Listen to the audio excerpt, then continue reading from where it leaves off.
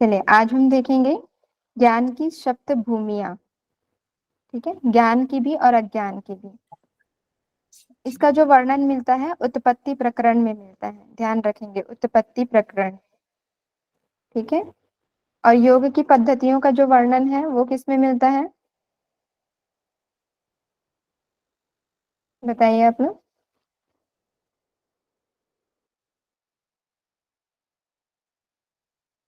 चार द्वारपालों का वर्णन कौन से प्रकरण में किया गया है? वो मुमुक्षु सेकेंड व्यवहार में। मुमुक्षुत्व व्यवहार। हाँ, और उसी प्रकार जो योग की पद्धतियां हैं वो निर्वाण प्रकरण के अंतर्गत ही आती हैं। ठीक है, क्योंकि निर्वाण की जो तुर्यावस्था जो है वो समाधि की अवस्था, और समाधि की अवस्था हमको किस में प्राप्त हो सकती है? निर्वाण प्रकरण के अंतर्गत। ठीक है, पूर्वाध वाले में, हाँ जी। हाँ, तो उसी प्रकार जो है, और मुक्ति के चार द्वारपाल मुमुक्षु व्यवहार प्रकरण में। ठीक, और जो ये ज्ञान की सात भूमियां हैं वो उत्पत्ति प्रकरण में। इस तरीके से याद रखेंगे। ठीक है, विराट पुरुष का वर्णन कौन से प्रकरण में मिलता है? उसका वर्णन अभी जस्ट मैंने बताया, विराट पुरुष का वर्णन। प्रकरण के उत्तरार्ध में। बहुत बढ़िया, इसी तरीके से याद रखेंगे, ऐसे डायरेक्ट क्वेश्चन बन सकते हैं। ठीक है, छोटा सा है तो आप लोग शॉर्ट नोट्स बनाइए, कौन से प्रकरण में क्या चीजें दी हुई हैं। चलिए, तो ज्ञान की सात भूमियां और अज्ञान की सात भूमियां कौन कौन से हैं ये हम देखते हैं। आगे बढ़ते हैं।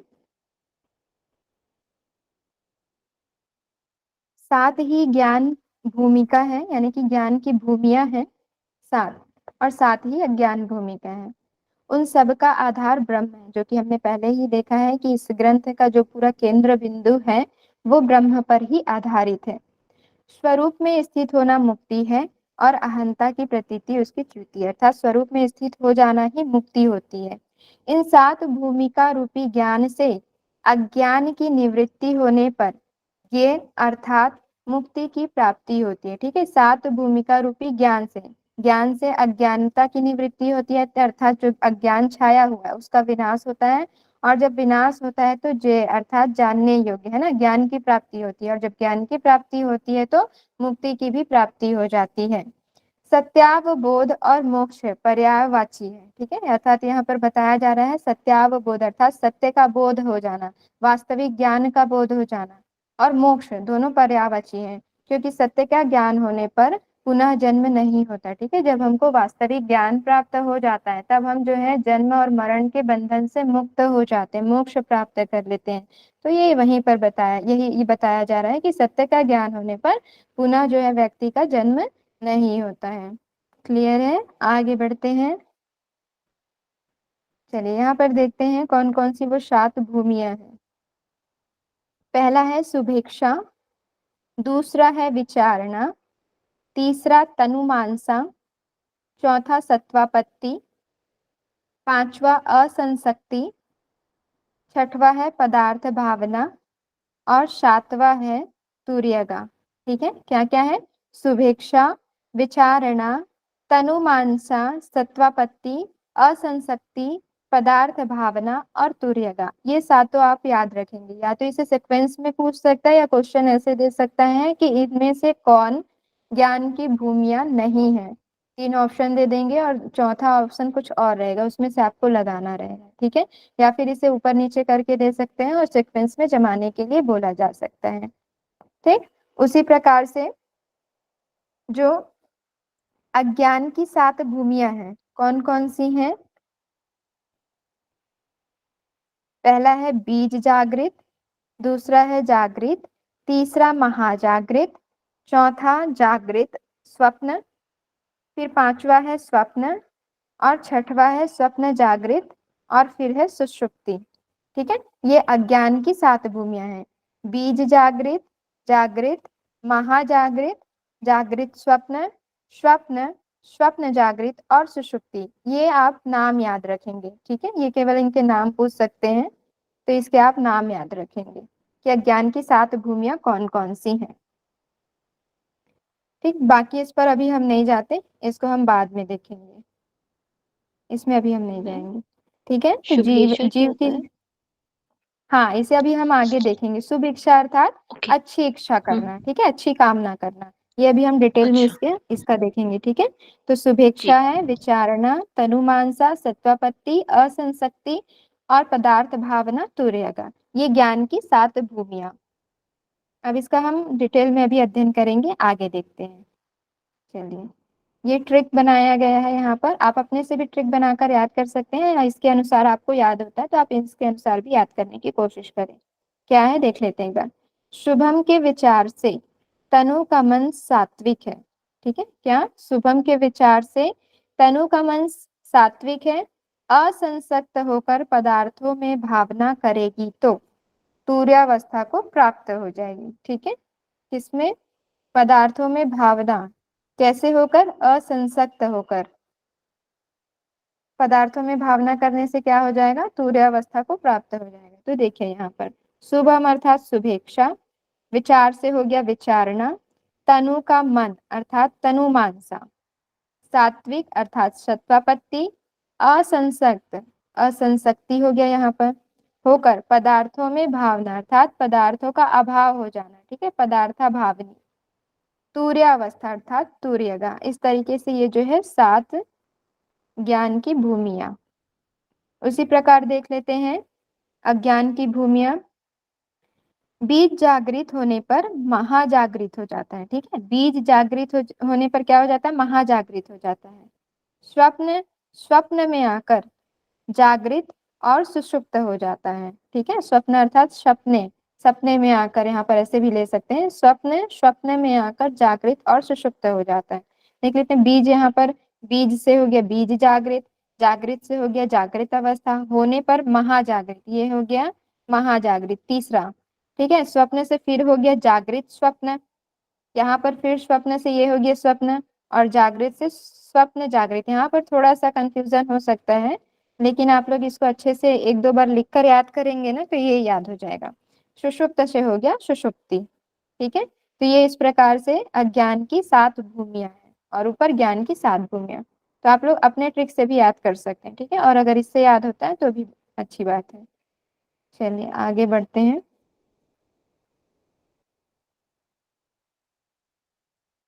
सातवीं अवस्था, सातवीं अवस्था कौन सी है? तुर्यगा। सातवीं अवस्था आत्यंतिक जीवन मुक्तता अर्थात मोक्ष की स्थिति है। ठीक है, तुर्यावस्था जो है हमने किसमें देखा हुआ था?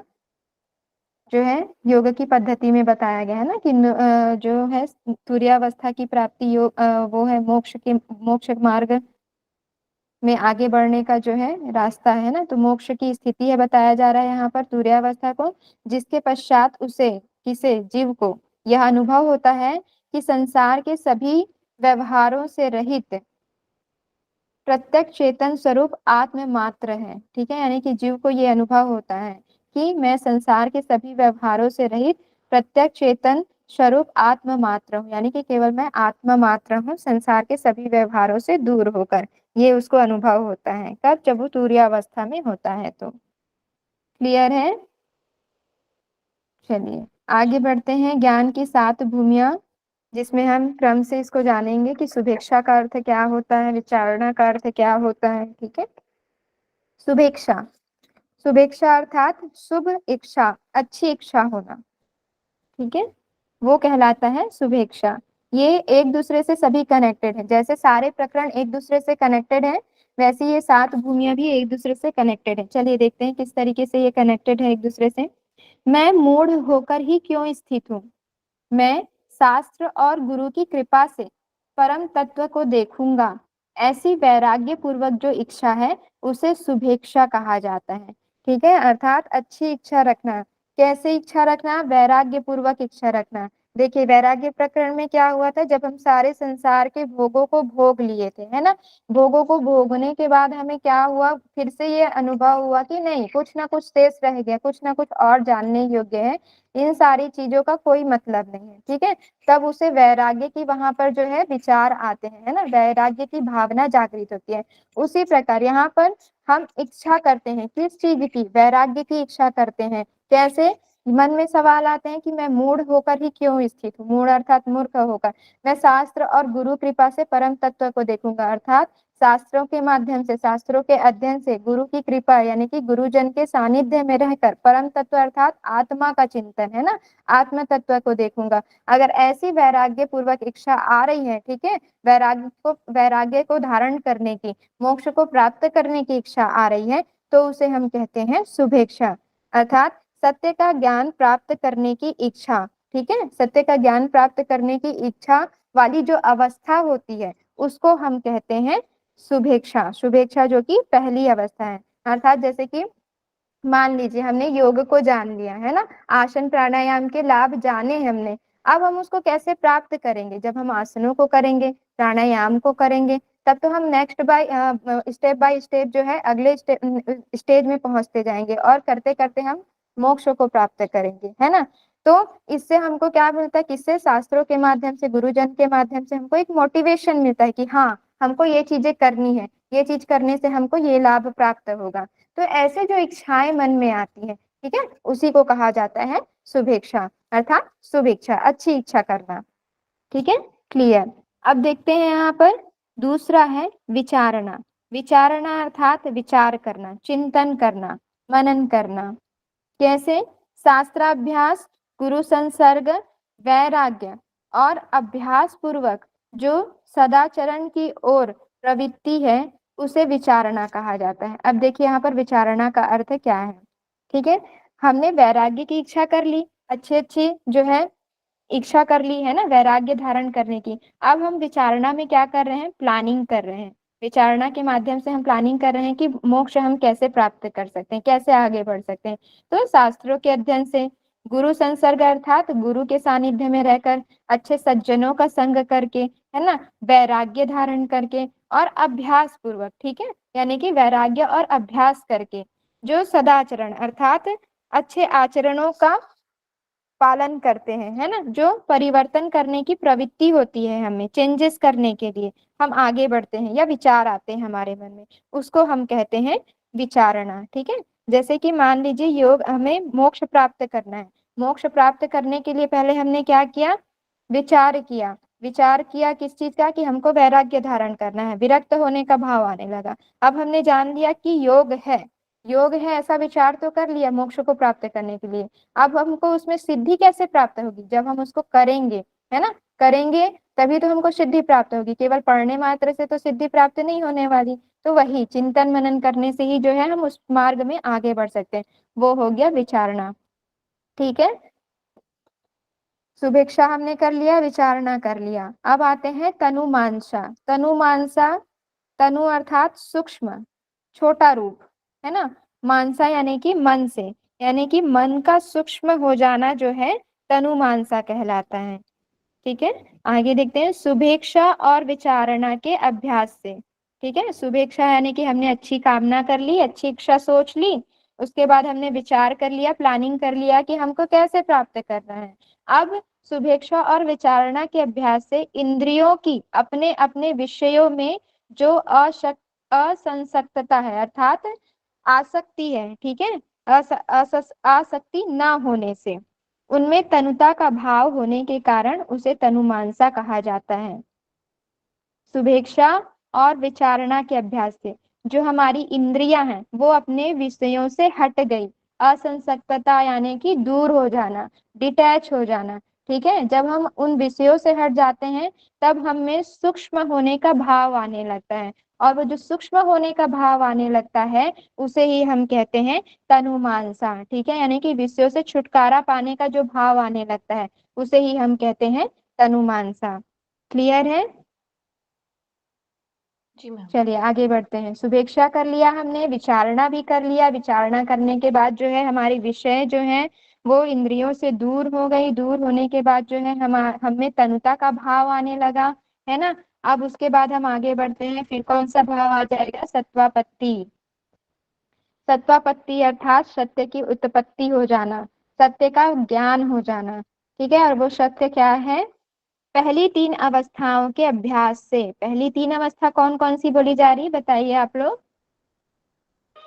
शुभेच्छा, शुभेच्छा, विचारणा, विचारणा, और तनुमानसा। तनुमानसा। ठीक, इन तीनों अवस्थाओं के अभ्यास से चित्त की जो अर्थ है पदार्थ से विरति अर्थात विरक्त होकर शुद्ध आत्मा में स्थित हो जाना सत्वापत्ति कहलाता है। ठीक है, हमने सुभेक्षा किया, विचारणा किया, विचारणा करने के बाद तनुमानसा में जो हमारी इंद्रियां हैं वो अपने विषयों से दूर होने लगी। विषयों से दूर होने लगी तब क्या हुआ, हमको सत्य का ज्ञान होने लगा। सत्व का ज्ञान होने लगा तो जो चित्त है वो अपने पदार्थ से विरक्त होने लगी। ठीक है, यानी कि विषयों से अलग होने लगी और शुद्ध आत्मा में स्थित होने लगी। जब शुद्ध आत्मा में स्थित हो गई तो वह अवस्था जो कहलाती है वो सत्वापत्ति कहलाती है। ठीक है, शुद्ध आत्मा में स्थित कब होगी, जो हमारा चित्त है शुद्ध आत्मा में कब स्थित होगा, जब चित्त जो है विषय से दूर हो जाएगा। ठीक है, इसलिए इस अवस्था को कहा गया है सत्वापत्ति। क्लियर है। सुभेक्षा, विचारणा, तनुमानसा। तनुमानसा में जो है हमारी इंद्रियां हैं विषयों से विमुख हो गई है ना, विषयों से दूर हो गई, हट गई। उसके बाद जो है चित्त अपने वास्तविक स्वरूप को जानने लगा और जानने लगा तो वो जो है शुद्ध आत्मा में स्थित होने लगा। और जब शुद्ध आत्मा में स्थित होने लगा तभी से ही हम क्या कहते हैं, सत्वापत्ति की अवस्था कहते हैं। क्लियर है। अब सत्वापत्ति भी हो गई, अब आते हैं असंसक्ति। ठीक है, ये असंसक्ति होगा ना, असंसति हो गया है, इसे बाद में मैं करेक्ट करके दे दूंगी। पहली बार अवस्थाओं के अभ्यास से बाह्य व आंतरिक सभी प्रकार के बाह्य व आंतरिक सभी प्रकार के विषयों से संबंध हटने पर ब्रह्म तत्व के साक्षात्कार रूपी चमत्कार के कारण इसे असंसक्ति कहा जाता है।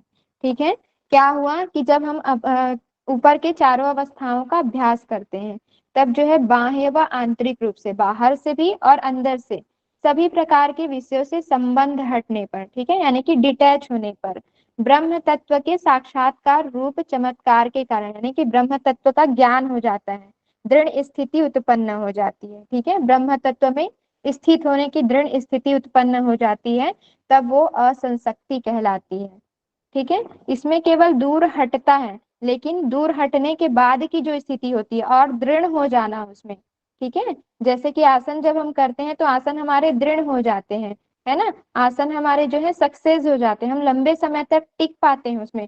उसी प्रकार से जब हम हमारी आत्मा स्थित हो जाती है, ठीक है, तब इसमें उससे भी आगे की अवस्था बताया जा रहा है, जब उसमें दृढ़ हो जाती है उस अवस्था में, तब उस अवस्था को असंसक्ति की अवस्था कहते हैं। क्लियर। चलिए आगे देखते हैं।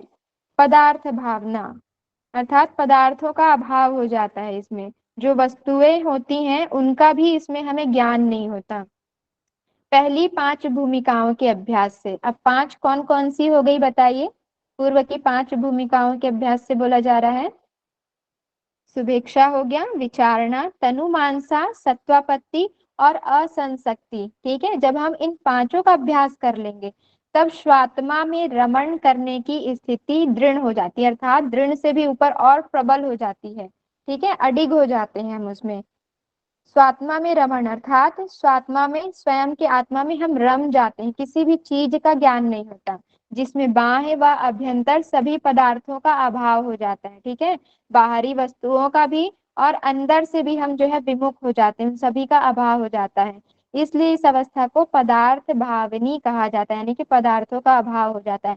इसमें दूसरे व्यक्ति के द्वारा दीर्घ काल तक प्रयत्न करने के पश्चात अर्थों की प्रतीति होती है। जब दूसरा व्यक्ति दीर्घ काल तक के प्रयत्न करने के पश्चात जब हम उस अर्थ की हमको प्रतीति कराता है, ठीक है, वास्तविक ज्ञान, तब हमको जाके उस चीज का नॉलेज होता है कि अच्छा हम इस चीज में रुके हुए थे, है ना, तो उसको हम कहते हैं पदार्थ भावनी। ठीक है, अर्थात जो सत्वापत्ति की अवस्था हम उसको समझ सकते हैं गुड, बेटर और बेस्ट। ठीक है, तो जो गुड की अवस्था है वो सत्वापत्ति हो गई। ठीक है, ये जो हो गया गुड हो गया, ये बेटर हो गया, और ये जो पदार्थ वाली जो अवस्था है वो बेस्ट हो गई। इस तरीके से हम समझ सकते हैं इसको। ठीक है, गुड बेटर बेस्ट की अवस्था सत्वापत्ति, असंसति, असंसक्ति और पदार्थ भावना को हम समझ सकते हैं।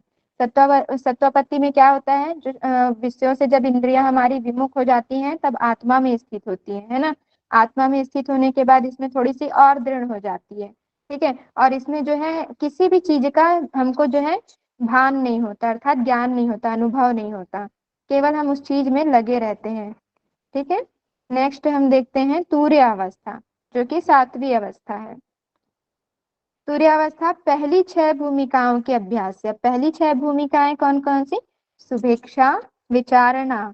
सुभिक्षा सुभिक्षा किया हमने, फिर विचारणा किया, प्लानिंग की, है ना। प्लानिंग करने के बाद तनुमान सर था, तो उसमें जो है हमारा मन जो है सूक्ष्म हो गया, है ना। जो विषय है उससे हमें छुटकारा मिल गया, हम उससे डिटैच हो गए। सत्वापत्ति में जो है सभी इंद्रियों से विमुख होने के बाद जो आत्मा में हमारी स्थिति हो गई है ना, शुद्ध आत्मा में हम स्थित हो गए। फिर असंशक्ति में क्या हुआ, उसमें और जो है हमारी अभ्यास जो है दृढ़ हो गई, प्रबल हो गई, ठीक है। फिर पदार्थ भावना में उससे भी और ज्यादा प्रबल हो गई।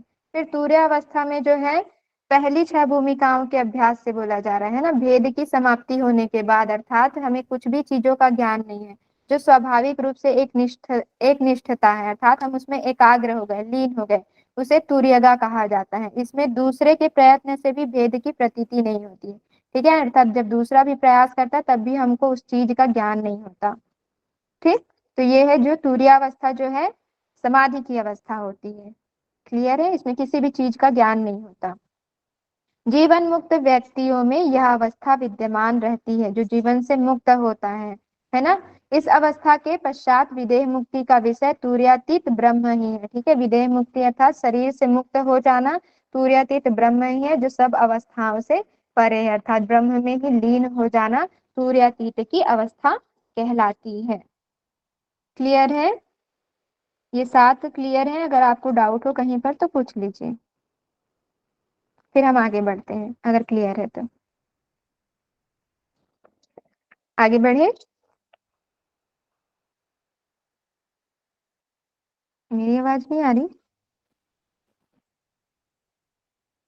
आ रही मैम। चलिए आगे देखें फिर। क्लियर है ना?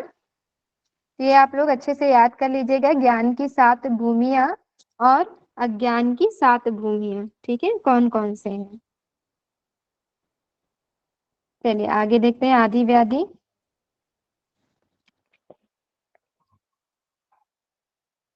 अब आते हैं यहाँ पर हमारे मेंटल और फिजिकल जो डिसऑर्डर है उसके बारे में बताया जा रहा है, ठीक है। ये थोड़ा आयुर्वेद से रिलेटेड है, चलिए देखते हैं। इसका वर्णन निर्वाण प्रकरण में मिलता है, ठीक है। यादि आदि और व्याधि का जो वर्णन है वो कौन से प्रकरण में है? निर्वाण प्रकरण में। ज्ञान की 7 भूमियों का वर्णन कौन से प्रकरण में दिया गया है? उत्पत्ति प्रकरण। मुक्ति के 4 द्वारपालों का जो है वो कौन से अध्ययन में मिलता है, प्रकरण में? मुमुक्षु व्यवहार में। और योग की पद्धतियां जो बताई गई हैं वो किस में मिलता है? निर्वाण के पूर्वार्ध। कौन कौन से हैं? तुर्यावस्था को प्राप्त करने की जो पद्धतियां बतलाई गई हैं?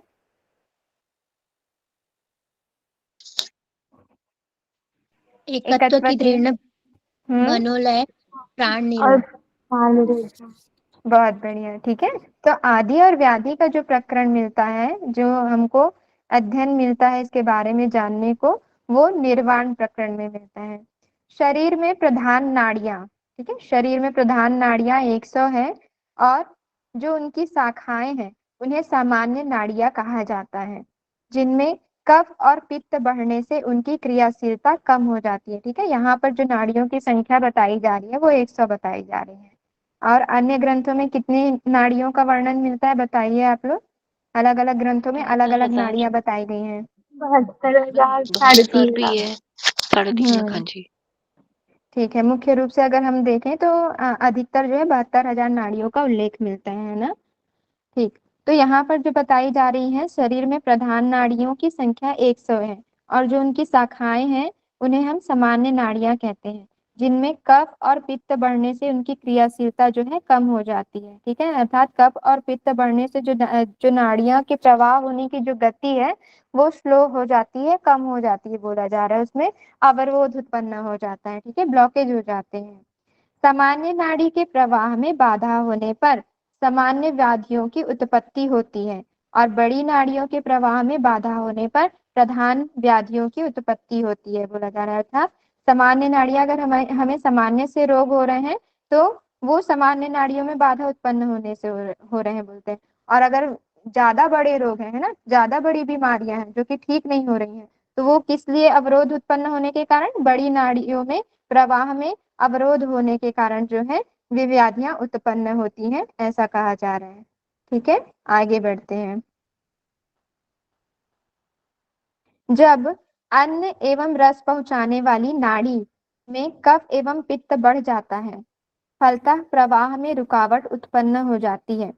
परिणामतः वहां पर स्थित प्राणवायु में विषमता उत्पन्न होने लगती है। यही सभी रोगों की उत्पत्ति का कारण बनता है। अर्थात नाड़ियां क्या करती हैं, हमारे अन्न व जो रस है, जो हम लिक्विड फॉर्म में भोजन ग्रहण करते हैं, ठीक है, उनको नाड़ियों में ऊर्जा पहुंचाने का कार्य करती है उन भोजन एवं रसों के माध्यम से, है ना। और उस रस में क्या होता, उस नाड़ियों में क्या होता है, जब कफ एवं पित्त बढ़ जाते हैं, ठीक है, तो कफ और पित्त बढ़ जाता है, तो जिस मार्ग से वो लेकर जाती हैं उन भोजन, उन ऊर्जाओं को, मतलब हमारे शरीर में जो ऊर्जा उत्पन्न करती है, ठीक है, उस प्रवाह में रुकावट उत्पन्न हो जाती है। और जब रुकावट उत्पन्न होती है तो जो हमारे प्राण वायु होते हैं उसमें विषमता यानी कि डिसबैलेंस उत्पन्न होने लगता है।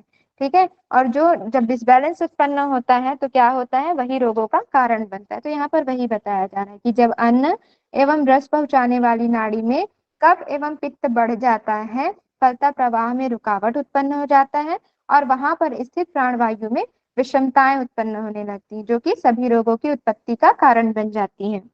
अब आदि और व्याधि ये दोनों ही दुख का कारण है। ठीक है, जब आदि और व्याधि, आदि अर्थात मानसिक रोग और व्याधि अर्थात शारीरिक रोग, ठीक है, जब ये दोनों उत्पन्न हो जाते हैं तो दुख का कारण हो जाता है। ये बात, हाँ, आदि और व्याधि सही बात है। अगर हमारे शरीर में किसी भी प्रकार का जो है कष्ट है ना, चाहे वो मानसिक हो या शारीरिक, तो हम क्या खुश होंगे? नहीं होंगे। हम हर तरह से दुखी रहते हैं। बार बार जहाँ जिस शरीर के जिस भाग पर कष्ट है ना, दर्द है, बार बार हमारा ध्यान वहीं जाएगा, किसी और अन्य काम में लगेगा ही नहीं। तो इससे क्या होंगे, दुख की स्थिति उत्पन्न होती है।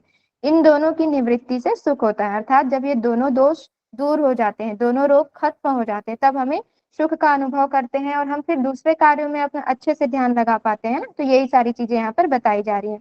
इन दोनों के क्षय से मोक्ष की प्राप्ति होती है। किन दोनों के क्षय से? आदि और व्याधि के। ठीक है, ध्यान रखेंगे, जब तक हम आदि और व्याधि से मुक्त नहीं होंगे तब हम मोक्ष प्राप्त नहीं कर सकते। जब हमारा शरीर कष्ट में है, मन जो है कष्ट में है, तो हम मोक्ष के बारे में सोच कैसे सकते? मोक्ष का ख्याल तो आएगा ही नहीं, क्योंकि हमारा ध्यान तो सारे उन रोगों में ही लगे रहेगा। ठीक है, इसलिए यहाँ पर वही बातें कही जा रही, जब ये दोनों का क्षय हो जाता है, दोनों समाप्त हो जाते हैं, तब हमें मोक्ष की प्राप्ति होती है। क्लियर है? चलिए, अब इनकी उत्पत्ति कैसे होती है, किस प्रकार से होती है, वो बताया जा रहा है। इनके शरीर में 3 प्रकार से उत्पत्ति होती है। ठीक है, कैसे? पहला है मिथ। ये जो है तीनों संस्कृत नाम है, आप लोग ध्यान रखेंगे। मिथ, एक दूसरे का कारण बनते हुए उत्पन्न होना। अगर मान लीजिए पित्त उत्पन्न हो गया है तो पित्त होने से कफ हो जाएगा, उत्पन्न हो गया है तो पित्त हो जाएगा, यानी कि दोनों एक दूसरे का कारण बनते हैं, और दोनों एक दूसरे का कारण बनते हैं तभी रोग उत्पन्न होते हैं। ठीक है, उसे कहा जाता है मिथ। दूसरा है समम, साथ साथ उत्पन्न होते हैं। ठीक है, पित्त और कफ दोनों साथ साथ उत्पन्न हो गए तो उस अवस्था को कहते हैं समम, यानी कि दोनों रोग साथ साथ आ गए। ठीक। तीसरा है पर्याय, क्रम से उत्पन्न होना। मान लीजिए पहले शारीरिक रोग हो गया, फिर बाद में मानसिक हो गया, या पहले मानसिक हो गया बाद में शारीरिक हो गया। ठीक है, तो ये बोला जा रहा है कि क्रम से उत्पन्न होना। तो क्रम से उत्पन्न होने को कहा जाता है पर्याय। तो ध्यान रखेंगे, मिथ, समम और पर्याय, इन 3 प्रकार से रोगों की उत्पत्ति होती है। क्लियर है? चलिए आगे देखते हैं, रोग के प्रकार देख लेते हैं, किस तरीके से रोग के प्रकार उत्पन्न होते हैं। जो पहला है व्याधि। व्याधि अर्थात शारीरिक दुख। प्रबल इच्छाओं के पुनः उत्पन्न होने से। ठीक है, मान लीजिए हमारी कोई इच्छा है और वो पूर्ण नहीं हुई, कुछ समय के लिए वो दबी रह गई और उसके बाद फिर से उत्पन्न हो गई। हमको वो चीजें प्राप्त करनी है, नहीं इस बार तो मैं प्राप्त नहीं कर पाई थी, अगले बार जरूर मैं इसको पाकर ही रहूंगी। ठीक है, तो उन इच्छाओं के कारण जो रोग उत्पन्न होते हैं वो शारीरिक रोग होते हैं। ठीक है, शारीरिक रोग होते हैं, प्रबल इच्छाओं से पुनः उत्पन्न होते हैं, यानी कि शारीरिक रोग।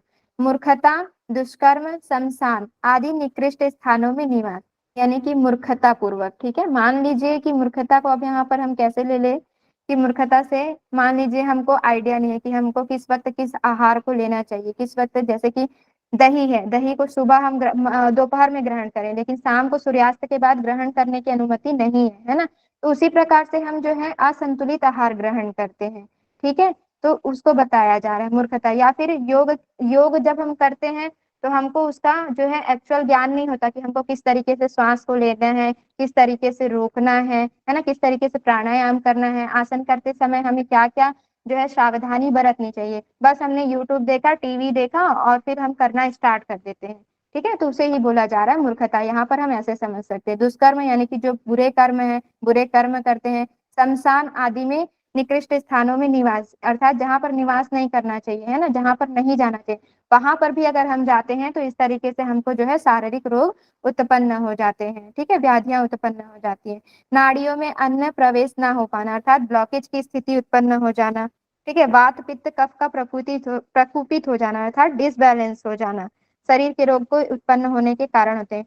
दुष्ट अन्न खाने से, अर्थात असंतुलित आहार खाने से, जो वर्जित आहार है अगर हम वो भी कर रहे हैं तो भी, या गलत तरीके से कमा कर खाया गया अन्न उसके खाने से भी जो है हमको शारीरिक रोग जो है उत्पन्न हो जाते हैं। ठीक है, शारीरिक दुख उत्पन्न होते हैं। तो इस तरीके से बताया जा रहा है कि व्याधियां किस तरीके से उत्पन्न होती हैं। क्लियर है? आगे बढ़े। जी मैम। चलिए अब यहाँ पर देख लेते हैं व्याधियों के प्रकार। दो प्रकार की व्याधियां होती हैं, एक तो सामान्य और दूसरा है सार। सामान्य अर्थात बाह्य पदार्थों से उत्पन्न क्षुधा, अर्थात भूख तृष्णा, ठीक है, जो लालच होती है उसकी वजह से, स्त्री पुरुष स्त्री पुत्र इत्यादि की लालसा से जो उत्पन्न होते हैं वो सामान्य रोग कहे जाते हैं। और सार वंशानुगत अर्थात जेनेटिक्स जो रोग उत्पन्न होते हैं, जैसे कि अस्थमा वगैरह ले लीजिए, है ना। तो ये सारे जो है व्याधियों के दो प्रकार हैं, सार के अंतर्गत आते हैं। ठीक है, तो एक हो गया सामान्य रोग और दूसरा हो गया सार रोग। आत्मज्ञान के बिना सार व्याधि नष्ट नहीं होती। ठीक है, जब तक हमको आत्मज्ञान नहीं होगा कि किस कारण से हमको यह रोग हो रहे हैं, तब तक जो है व्याधियां नष्ट नहीं हो पाती। आदि से व्याधि उत्पन्न हो जाती है और आदि के अभाव में व्याधि जो है नष्ट हो जाती है। मान लीजिए कि हमको मानसिक कोई रोग है, किसी का माइक ऑन है, म्यूट कर लीजिए। आदि से व्याधि उत्पन्न हो जाती है, ठीक है, और आदि के अभाव में व्याधि जो है नष्ट हो जाती है। मान लीजिए हमको कोई मानसिक दुख हो गया, तो मानसिक से क्या हो जाता है, शारीरिक रोग भी उत्पन्न हो जाते हैं। जब हम एकदम चिंता करने लगते हैं, डिप्रेशन हमको हो जाता है, तनाव में हम जीवन व्यतीत करते हैं, तो भी हमको जो है शारीरिक रोग उत्पन्न हो जाते हैं। और जब हमारी मानसिक दुख हट जाते हैं ना, मानसिक रोग हट जाते हैं, तो उसके अभाव में जो है व्याधियां भी, शारीरिक रोग भी नष्ट हो जाते हैं। इसलिए हमेशा बोला जाता है कि हमेशा खुश रहिए, चाहे विकट से विकट परिस्थिति क्यों ना हो, हमें हमेशा उसका मुस्कुराकर ही सामना करना चाहिए, है ना। इसलिए हमेशा मुस्कुराते रहिए, तो जो दुख है वो ऑटोमेटिक ही हमसे दूर चले जाएंगे। क्लियर है? जो भी रोग है, जो भी मानसिक तनाव है, वो सारे दूर हो जाएंगे। क्लियर? चलिए आगे बढ़े। समय हो गया क्या? मैम आ गए हैं क्या, कि हम आगे बढ़ लें थोड़ा? जी आगे देख लीजिए जी आपको। मैम, जी जी जी, कल हम लोग कंटिन्यू करते हैं फिर। चलिए।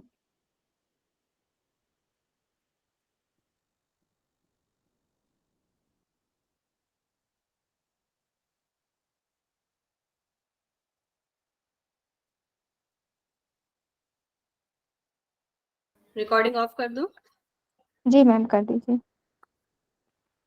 चलिए, कल सब अच्छे से पढ़ के आएंगे।